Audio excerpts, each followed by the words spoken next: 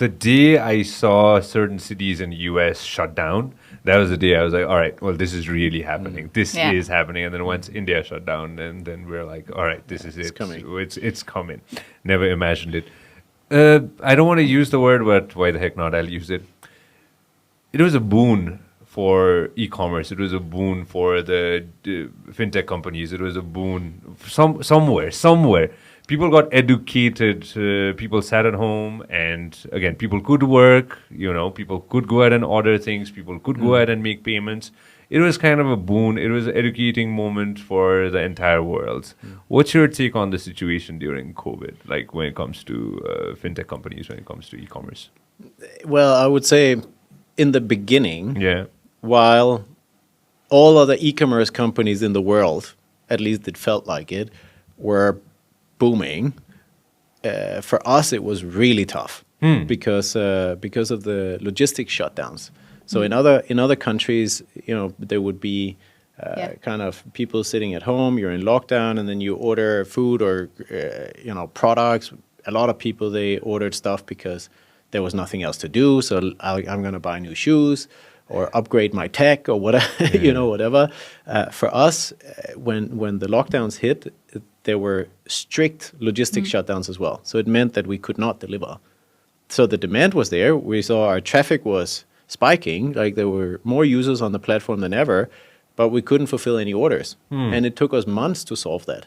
So for almost 2 months, when the lockdowns hit, we did almost zero business. We were almost dead in the water. And I was looking at all these other e-commerce businesses like, oh my God, we can't keep up with the traffic and the orders. I'm like, okay, good for you, because we can't deliver anything. And then the other thing that happened was in the beginning, because we are in lower income countries, I think people were a lot more hesitant to spend during that time because there's uncertainty about employment and income and everything. So people are not sitting and spending because they were bored, right? People were really protecting their cash, right? So the spending, even when things opened up, was also pretty slow.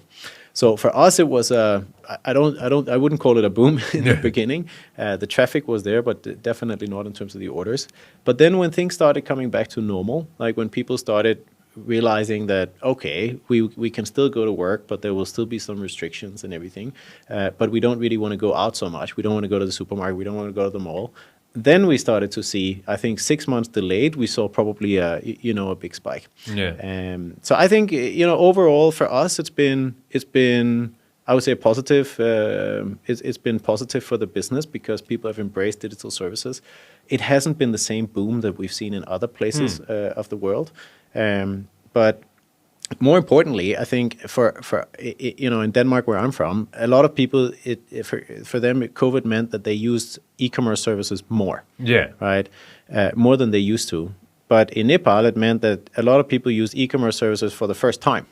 Right, exactly. Which is a little bit different, right? So we have a lot of new users and new customers on the platform, and our focus for the whole next year is really on experience and retention. So we want to make sure that we do everything better and we do everything possible to keep as many of these users on the platform, so that even once you can go back to doing things on a normal basis, you still choose to use our services, at least sometimes, because it's a good service, not because you have no choice, right? That's up to us to make sure that we really build those services that are all the way up there, that people choose them because they want them. I'll use a very simple word. Yeah. Happiness. Yeah. How to keep the consumers happy? I believe that's one question that both of you have constantly, right? Yeah. What goes in your mind? Does it bother you if it doesn't go your way? No, I mean, for me, I think it's actually fairly simple. It comes from a place of empathy. If you can put yourself in the consumer's shoes and think about how you would like to be treated, how you would want the process to work, it's fairly simple. I apply the same thing with my employees, with sellers, with partners at home. I think that is the only way I know. In terms of how to think of happiness. Yeah, absolutely. And I think, like, in the end, of course, the service has to be good, right? And we need to keep doing better, right, than the year before. We need to always do much better, deliver faster, have better assortment, have better navigation, have a better app, have better customer service. So, that's the full focus for this entire year, to just upgrade everything. But I also think, to Anjal's point, that this point about making it personal is incredibly important, right? And that's really what we're pushing with the team now, that we've been so focused on just managing the growth, right? That we need to also start really connecting more on a personal level with our customers.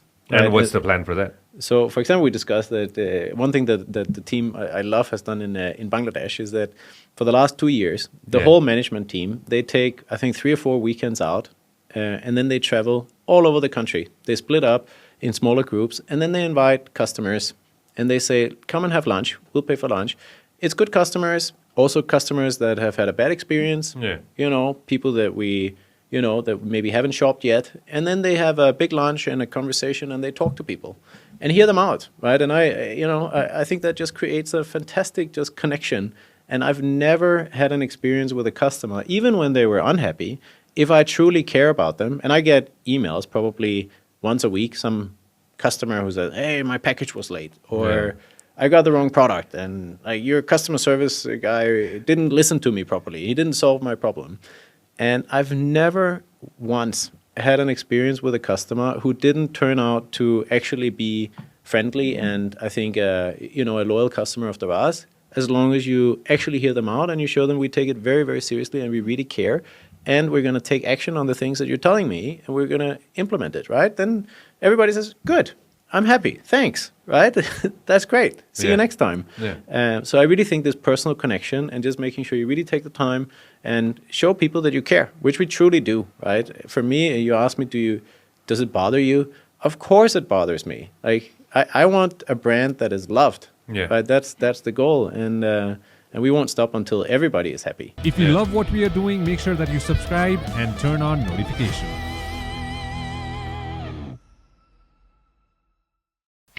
This program is brought to you by Vyas Studios.